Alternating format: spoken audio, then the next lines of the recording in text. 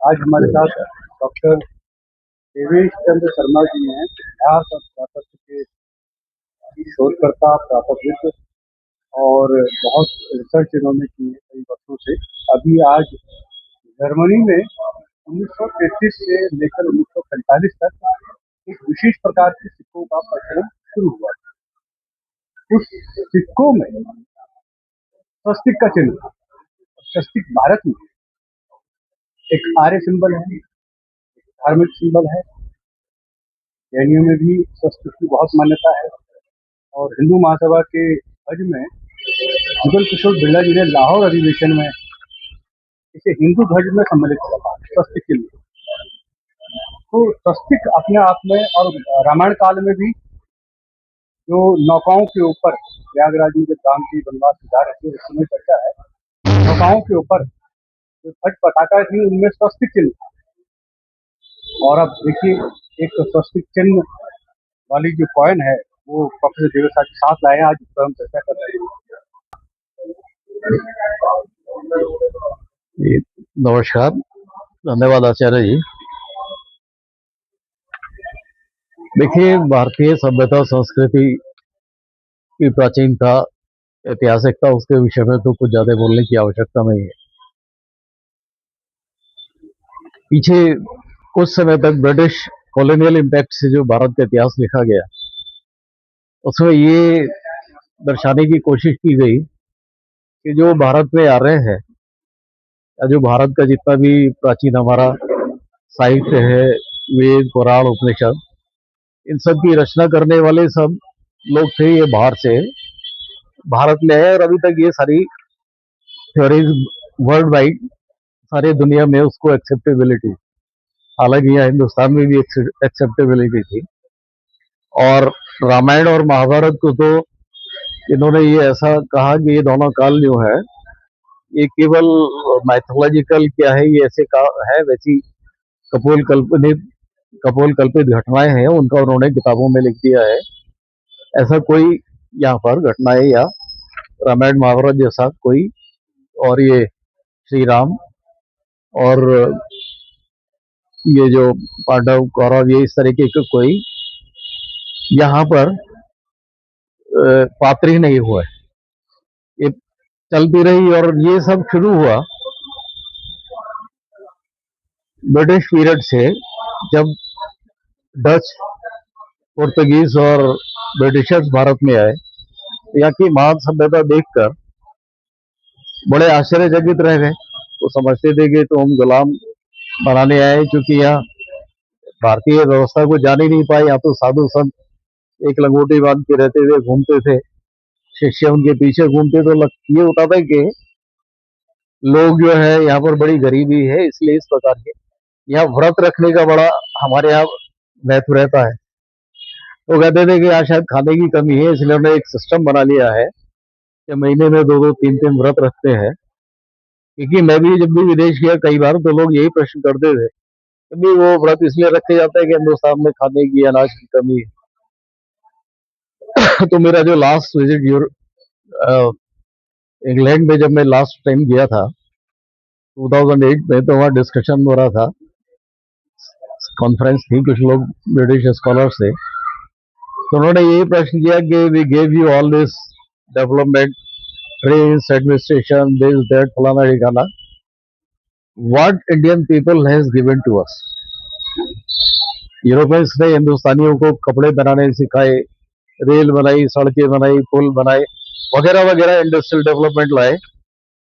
तो भारतीयों ने, अंग्रेजों को, हिंदुस्तानियों ने हमें क्या दिया?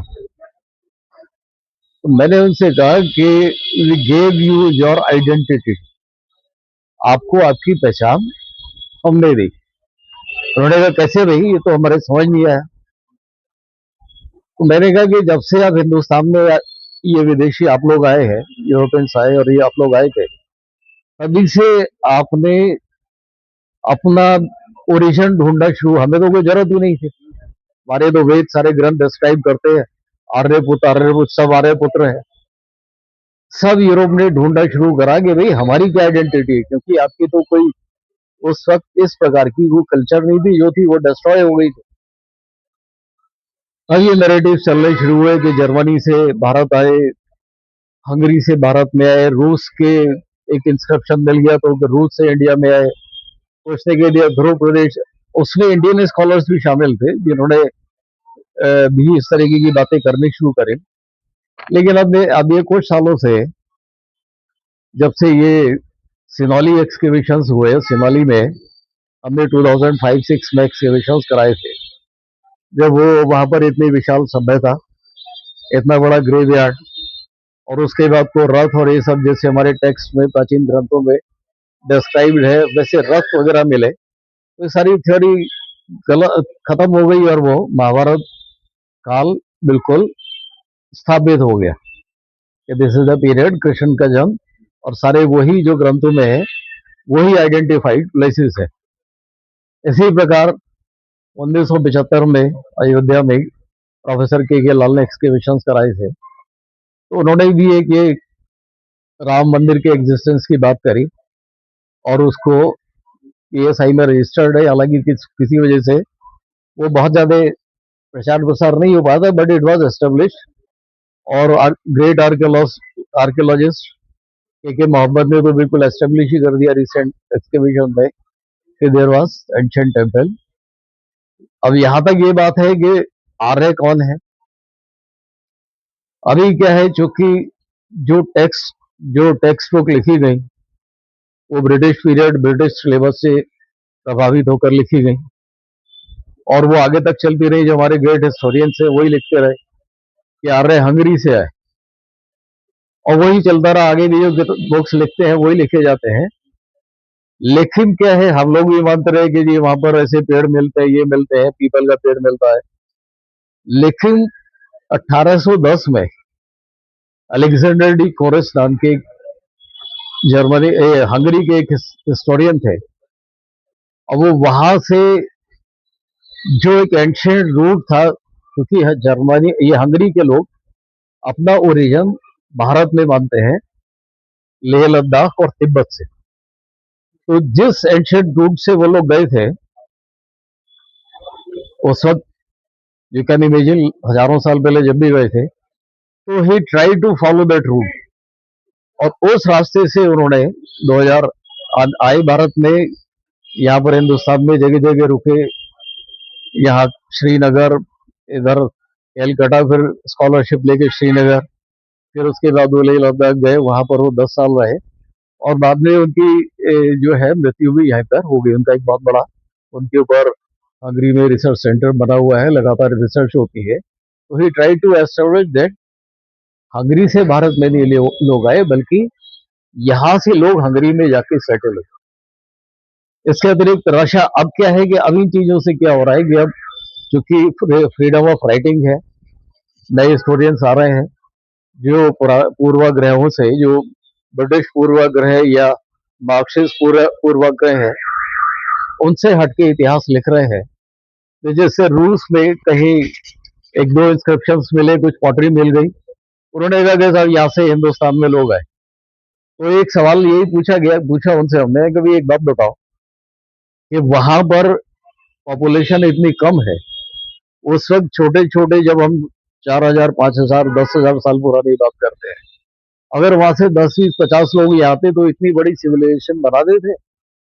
बल्कि ये था कि भारत से जो लोग थे व्यापार करने के लिए सारी दुनिया में जाते थे, तो ये थ्योरी भी फेल है। अब ये जो बात थी कि we gave your identity, Hindustan ने यूरोप को आइडेंटिटी दी। जर्मनी जर्मन्स जो है वो अपने को प्योरेस्ट ब्लड ऑफ ऑरेंज मानते हैं। इटली, जर्मनी, सेकेंड हिटलर और मुसोलिनी के ने इस पॉइंट को, आर्य रेस को, अपने को श्रेष्ठ बताते हुए उन्होंने सारी दुनिया में राज करने की बात कही कि हम तो आर्य हैं और हम सारी दुनिया में हमारा राज करना हमारा अधिकार है। और उसी सीरीज में हिटलर ने जो हमारा एंशियंट, हमारा जो स्वास्थ्यिक एक चिन्ह है, धार्मिक चिन्ह है, जो आर्य पीरियड से लेके इंडस, वो हड़प्पा सभ्यता और सारे प्राचीन धार्मिक ग्रंथों में जिसका महत्व मिलता है, उन्होंने उसको अपना प्रतीक चिन्ह बना के प्रेजेंट किया। अभी मेरे पास ये एक कॉइन है, ये अब दिखाइए, क्लोज में बोलता रहूंगा। ये 5 रुपये। ये पांच रिचेस्ट, 5 जर्मन रिचेस्ट मार्क का 1938 में ये प्रसारित किया गया। 1938 में इनके पॉल वॉन हिंडनबर्ग को ये समर्पित है। 1934 में की मृत्यु हो गई थी। 33 में हिटलर चांसलर बने और 1938 में हिटलर ने उनकी स्मृति में ये स्वास्तिक वाला silver, pure silver, that is of about you can say करीब 14 ग्राम का है। एग्जैक्ट वेट मैं आपको बता दूंगा इसका। Very huge, big in size and very beautiful coin. उन्होंने कॉइन प्रसारित किए। आज वर्ल्ड मार्केट में बड़ा प्रेशस और बड़ा कीमती सिक्कों में आता है। तो ये हिटलर ने जो आर्य सभ्यता थी, आर्यों, अपने को आर्य बता के जो हमारे इंडियन सिंबल्स थे, उन्होंने इसको अडॉप्ट किया। हालांकि आप जानते हैं कि जो वर्ल्ड क्रिश्चियनिटी में शुरू से जब ईसाई धर्म आया तो ऑर्थोडॉक्स, और उसके बाद फिर ये प्रोटेस्टेंट्स, और ये ऑर्थोडॉक्स चर्च सबसे इम्पोर्टेंट है। और जर्मनी चूंकि एक बहुत इंपॉर्टेंट देश अपने को शुरू से ही बोलते हैं। हालांकि पहले क्रिश्चियनिटी आने से उन्होंने सारी बातों को दबा के रखा, आर्यों से अपना लिंक नहीं बताया। रीजन बीइंग क्रिश्चियनिटी से बहुत ज्यादा प्रभावित थे। लेकिन आप यूरोप के जितने भी रॉयल डायनेस्टीज का अध्ययन करेंगे, चाहे वो ब्रिटिश है, एनी यूरोपियन कंट्री, तो रॉयल डायनेस्टीज उनका रूट जर्मनी से है। This is very interesting. All the royal dynasty has their root in Germany. चाहे ब्रिटिश है, हंगरी है, पोलैंड है, और इधर के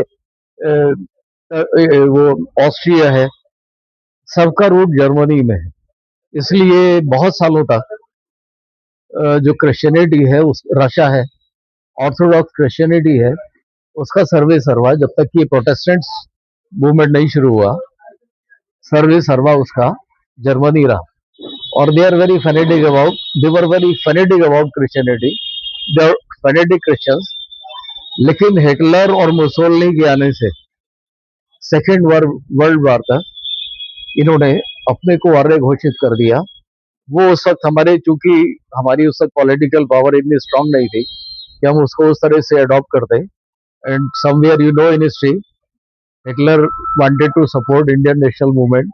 and this is the importance of swastik symbol, जो हमारे धर्म का प्रथम एक चिन्ह है, जिसकी सारी सभ्यताओं में, सारे हिंदुस्तान के सभी क्षेत्र में, और एंशिएंट पीरियड में, right from modern period to जब प्रॉपर हमें कॉइनेज मिलता है, स्वास्तिक सिंबल मिलते हैं।